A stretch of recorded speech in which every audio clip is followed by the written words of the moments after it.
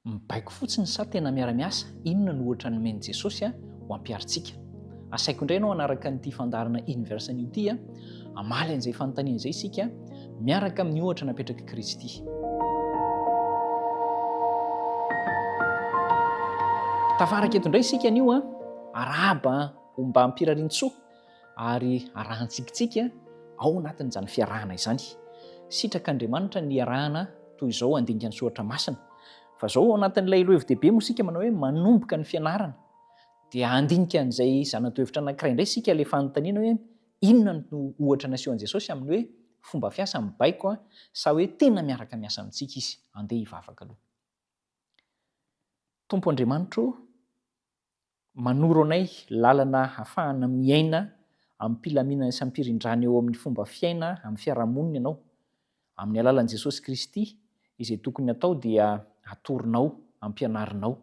Hianatra avy aminao izay, mitenena aminay, mamindrafo aminay ary azavela hiziriziry amin'izay hainay izay fa amin'izay ampianarinao kosa no ileferanay. Amin'ny anaran'i Jesosy no angatahana izany. Amen.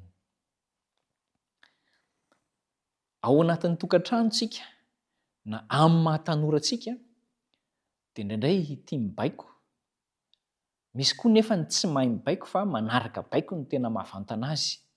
Fa ireo anankiroa ireo dia samy hanomezan'i Jesosy ohatra antsika ary ohatra tsara.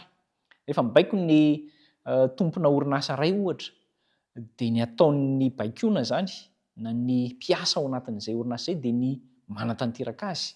Mety misy amintsika ny monomonina ihany hoe zavatra tsy tokony izay no atao fa tokony izao no anaovana azy. Fa eto isika hianatra avy amin'ilay mpampianatra lehibe ao anatin'ny fiainantsika andavanandro ao izay iainantsika an'izany hoe mibaiko sy manao asa izany. Ny nataon'i Jesosy raha mijery ny Jaona 4:15 isika dia ohatran'ny hoe mibaiko. Izao no teneniny amin'ny anaran'i Jesosy, raha tia ahy ianareo dia hitandrina ny didiko. Efa mba niteny ohatr'izany ianao na izaho koa aza hoe ianao ange tokony nataonao izany raha tena manam-porofo ianao fa tia ahy. Fa rehefa isika olombelona izay no miteny an'izay mety misy fitiavan-tena ao ambadik'izay hoe tokony mba manaraka ny sitrapoko ihany ianao. Satria ilay fitiavan-tena eto mety misy fanerena mihitsy aza na fanararaotana avy amintsika samy olombelona. Fa izao io tenin'i Jesosy io kosa dia tsy baiko io. Tsy hoe tereny ho tia azy isika dia hanao ny sitrapony hoe rehefa tsy maintsy manao ny sitrapoko nareo rehefa tia ahy. Fa tsy baiko loatra no nitenenan'i Jesosy eto. Fa tena teny ampitiavana no iresahany hoe raha tia ahy ianareo dia mitandrina ny didiko. Izao no hanam-porofontsika an'izay. Io zany izao ilay baiko dia izao zany no tenenin'i Jesosy amin'izay rehefa avy eo Jaona 4:17-17 asaiko ianao hamaky amin'ny anaran'i Jesosy isika hoe ary izaho angataka amin'ny ray ary izy hanome anareo mpanampy hafa na hoe mpananatra hafa mba ho eo aminareo mandrakizay dia ny fanahin'ny fahamarinana. Tsy ny baikony fotsiny zasy ianao hoe tiavo tandremo ny didiko dia tsy maintsy manao an'izay ianao. Tsia.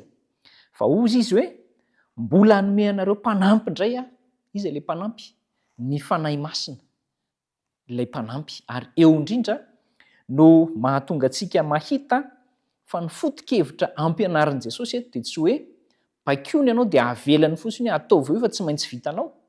Fa mbola ampiny ianao. Ary ny lehibe indrindra amin'ilay izy ary dia izao hoe manam-porofo io andinin-tsoratra masina io fa tena mpandray anjara mavitrika mihitsy amin'ny famonjena antsika ny persona telo izay iray amin'Andriamanitra, Andriamanitra Ray, Andriamanitra Zanaka, Andriamanitra Fanahy Masina. Mavitrika izy amin'ny famonjena antsika. Izany hoe miara-miasa amintsika izy. Fa tsy hoe avelany irery ihany fotsiny hoe tsy maintsy tsy manao an'izao ianao, tsy mahazo manao an'izao ianao, tsy maintsy manao an'izao ianao dia tsy maintsy vitanao izay manao tatitra amiko. Tsy izany no ataony.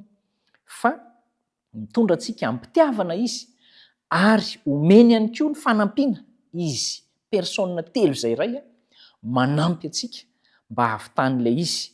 Izay no ohatra nasehon'i Jesosy. Tsy mahafaly asa ianao ve izany? Ary ndao raisina ho fomba fiaina mihitsy.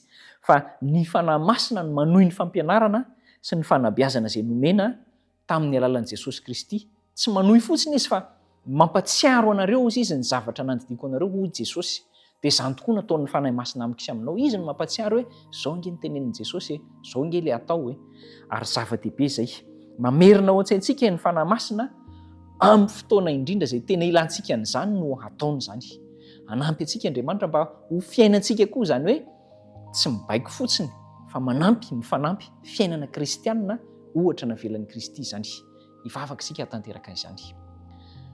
Ray tsara indrindra tamin'ny alalan'i Jesosy Kristy ilay mitovy aminao ihany dia naseho ny ohatra tsara fa tsy havela ho irery zahay manao ny izay ankasitrahany ao anatrehanao na mitandrina ny didinao fa ny fanahinao masina mihitsy no nirahana hamelona anay ao anatin'izany. Ko ampio zahay tsy handa azy anaiky ny fanampiany sy ny toro lalana omeny dia andeha ampilaminana sy ampirindrana ny zavatra rehetra ho an'ny fiainana. Enina dia tsy mandeha ampilaminana sy ampirindrana ary izany dia hiantehitra amin'ny fanahinao masina mandrakariva izay hampatanjaka anay amin'ny fiainana.